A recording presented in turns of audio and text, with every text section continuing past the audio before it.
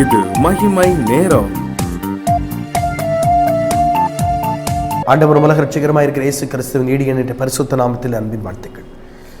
இந்த நாளிலும் பழைய ஏற்பாட்டினுடைய கடைசி புஸ்தகம், A Last Book of Old Testament, பழைய ஏற்பாட்டினுடைய கடைசி புஸ்தகமாகி மல்கியா எழுதின புஸ்தகத்தை குறித்து நாம் தியானிக்க போகிறோம்.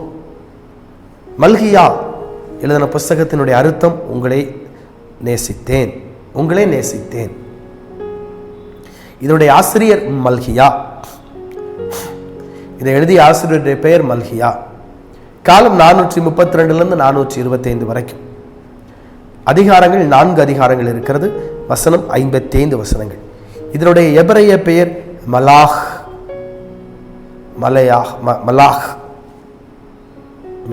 என்கிற பதம் இதிலே பயன்படுத்தப்பட்டது. மல்கியாக்கு எபிரேய பதம் மலாஹ்.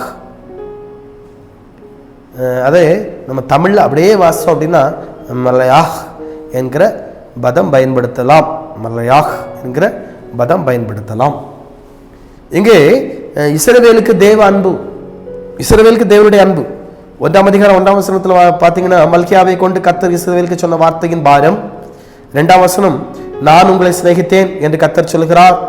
அதற்கு நீங்கள் எங்களை எப்படி சிநேகிதர் என்கிறீர்கள்? கர்த்தர் சொல்லுகிறார், ஏசா யாக்கோபுக்கு சகோதரன் அல்லவா, ஆனாலும் யாக்கோபை நான் சிநேகித்தேன், ஏசாவை நான் வெறுத்தேன். பாருங்க, நீங்கள் எப்படி சிநேகித்தீங்கன்னு சொல்றீங்க. நான் யாக்கோபுக்கு சிநேகிதன், ஆனால் ஏசா வெறுத்தேன் சொல்லிட்டாரு. அவனுடைய மலைகளை பாழும், அவனுடைய சுதந்திரத்தை வனாந்தரத்தில் உள்ள வலு சர்ப்பங்களின் தரவுமாக்கினேன். இதைத்தான் நான் செய்தேன். யாக்கோபு ஆசீர்வதிச்சேன், ஆனால் ஏசாவை வெறுத்தேன், அவனை ஒன்றும் இல்லாமல் வனாந்தரமா ஆக்கினேன். இதைத்தான் நான் செய்யக்கூடிய கர்த்தர். உங்களுடைய வாழ்க்கையும் செழிப்பாய் மாற்றக்கூடிய ஒரு கர்த்தர். உங்களுடைய வாழ்க்கையும் ஆசீர்வதிக்கக்கூடிய ஒரு கர்த்தர். உங்களுடைய வாழ்க்கையிலும் செழிப்பை உண்டாக்கக்கூடிய ஒரு கர்த்தர். இங்க பாத்தீங்கன்னா 1ஆம் அதிகாரம் 6ஆம் வசனத்தில் 2ஆம் அதிகாரம் 9ஆம் வசனம் வரைக்கும் ஆசாரியர்களுக்கு கண்டனங்கள். இப்பொழுதும் ஆசாரியர்களே, இந்த கட்டளை உங்களுக்குரியது. நீங்கள் கேளாமலும் என் நாமத்தை மகிமை செலுத்தும்படிக்கு இதை சிந்தியாமல் இருந்தால் நான் உங்களுக்குள்ள சாபத்தை அனுப்பி உங்களுக்குள்ள ஆசீர்வாதங்களையும் சாபமாக்குவேன். ஆம், நீங்கள் இதை சிந்தியாமல் போனீனானால் இவைகளை சபித்தேன் என்று சேனைகளின் கர்த்தர் சொல்கிறார். பாருங்க, ஆசாரியர்களுக்கு கண்டனம். இதுவரைக்கும் சொல்றாரு. 2ஆம் அதிகாரம் 9ஆம் வசனம் வரைக்கும் ஆசாரியர்களை கண்டனம் பண்ணுகிறார். அடுத்தால 2ஆம் அதிகாரம் 10ஆம் வசனத்திலிருந்து பொதுமக்களுக்கு கண்டனத்தை தெரிவிக்கிறார். பாருங்க, நமக்கு எல்லாரும் ஒரே பிதா இல்லையா? ஒரே தேவன் நம்மை சிருஷ்டிக்கவில்லையோ? நம்முடைய பிதாக்களின் உடன்படிக்கையை பரிசுத்த குலைச்சலாக்கி அவன் தன் சகோதரனுக்கு துரோகம் பண்ணுவானே. எல்லாத்துக்கும் ஒரே பிதா தானப்பா, நீங்க என்னப்பா அவருக்கு விரோதமா துரோகம் பண்றீங்க அப்படின்னு கர்த்தர் கேட்கிறார். 2ஆம் அதிகாரம் 17 4ஆம் அதிகாரம் 16ஆம் வசனம் வரைக்கும் நீங்க வாசித்து பார்த்தீங்கன்னா இஸ்ரவேலின் நியாயத்தின் ஆசீர்வாதங்கள். 4ஆம் அதிகாரம் 1ஆம் வசனம் சொல்ற, இதோ சூளையை போல எரிகிற நாள் வரும், அப்பொழுது அகங்காரிகள் யாவரும் அக்கிரமம் செய்வர் யாவரும் துரும்பாயிருப்பார்கள். வரப்போகிற அந்த நாள் அவர்களை சுட்டரிக்கும், அது அவர்களை வேரையும் கொம்பையும் வைக்காமல் போகும் என்று சேனைகளின் கர்த்தர் சொல்லுகிறார். அந்த நாள் அவ்வளவு பயங்கரமான நாள். சூளையை போல இருக்கிற நாள் வரும். ஆனா என் நாமத்திற்கு பயந்திருக்கிறவர்களை ஆசீர்வதிப்பேன். சூளையை போல எரிகிற நாள் வரும், என் நாமத்திற்கு பயந்திருக்கிறவர்களை ஆசீர்வதிப்பேன். கர்த்தருடைய ஆசீர்வாதம் இன்னைக்கு உங்களோடு கூட இருக்கும். இதை அங்க சொல்றது பிறகு 5ஆம் வசனம், இதோ கர்த்தருடைய பெரிதும் பயங்கரமான நாள் வருவதற்கு முன்னே நான் உங்களிடத்திற்கு எலியா தீர்க்கதரிசியை அனுப்புகிறேன். கர்த்தருடைய பயங்கரமும் உன்னதமான பயங்கரமான நாள், கர்த்தருடைய பெரிதும் பயங்கரமான நாள் வருதுப்பா. அந்த நாளை சகிப்பவன் யார்?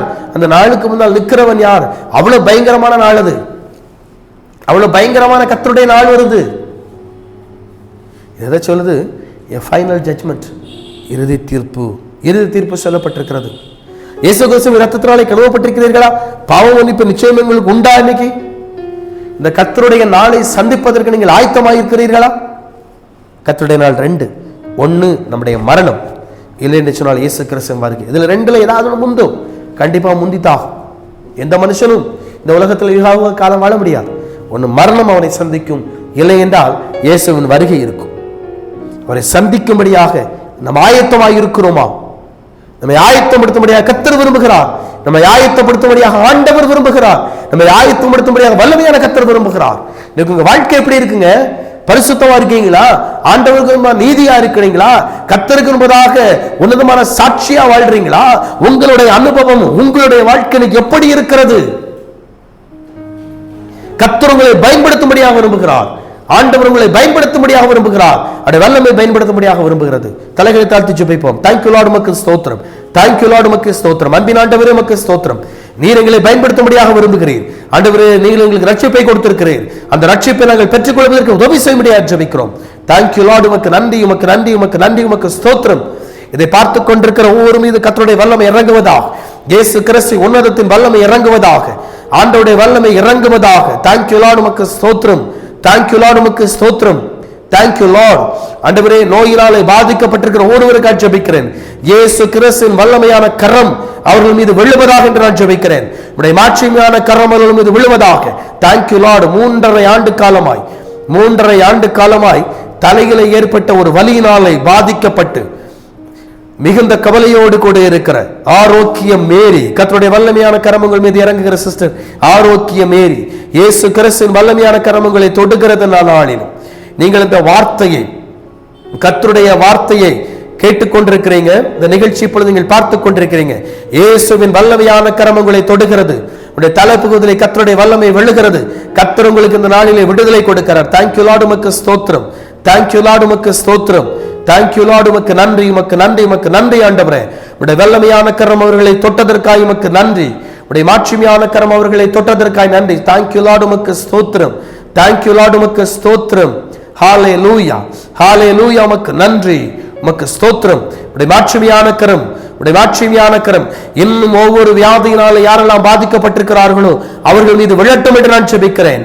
கர்த்தருடைய வல்லமையான கரம் அவர்களை தொடட்டும் என்று நான் ஜெபிக்கிறேன். முழங்கால் பகுதியிலே பிரச்சனை ஏற்பட்டு 7 வருடமாய் இந்த பிரச்சனையினாலே மிகவும் சரீரம் நொந்து போன அனுபவத்தோடு கூட இருக்கிற சகோதரன் சாமுவேல், கர்த்தருடைய வல்லமையான கரங்கள் மீது விழுகிறது. தேங்க்யூ லார்ட், உமக்கு ஸ்தோத்திரம். கர்த்தருடைய மாட்சிமையான கரங்கள் மீது விழுகிறது. சகோதரனே, கர்த்தர் உங்களுடைய முழங்கால் பகுதியில் இருக்கிற பிரச்சனையை, 7 ஆண்டு காலமாய் நீங்கள் அனுபவித்த பிரச்சனையை கர்த்தர் என்று மாற்றி போடுகிறார். சகோதரனே, தேங்க்யூ ஜீசஸ், உமக்கு நன்றி, உமக்கு ஸ்தோத்திரம். பொல்லாத விசுவாசினாலே பாதிக்கப்பட்டு ஒருவருக்கு நான் ஜெபிக்கிறேன். உடைய விடுதலையாக்குகிற கரம் அவர்கள் மேல இறங்குவதாக, உடைய வல்லமையான கரம் அவர்கள் மீது இறங்குவதாக. கர்த்தர் விடுதலை கொடுப்பீராக, கர்த்தர் விடுதலை கொடுப்பீராக. தேங்க்யூ லார்ட், உமக்கு ஸ்தோத்திரம். தேங்க்யூ லார்ட், உமக்கு ஸ்தோத்திரம். Thank you Lord, thank you Lord. கர்த்தர் வழி நடத்தும், கர்த்தர் வழி நடத்தும், காத்துக்கொள். இயேசு கிறிஸ்துவின் நாமத்தில் ஜெபிக்கிறேன் பரிசுத்த பிதாவே. ஆமென், ஆமென்.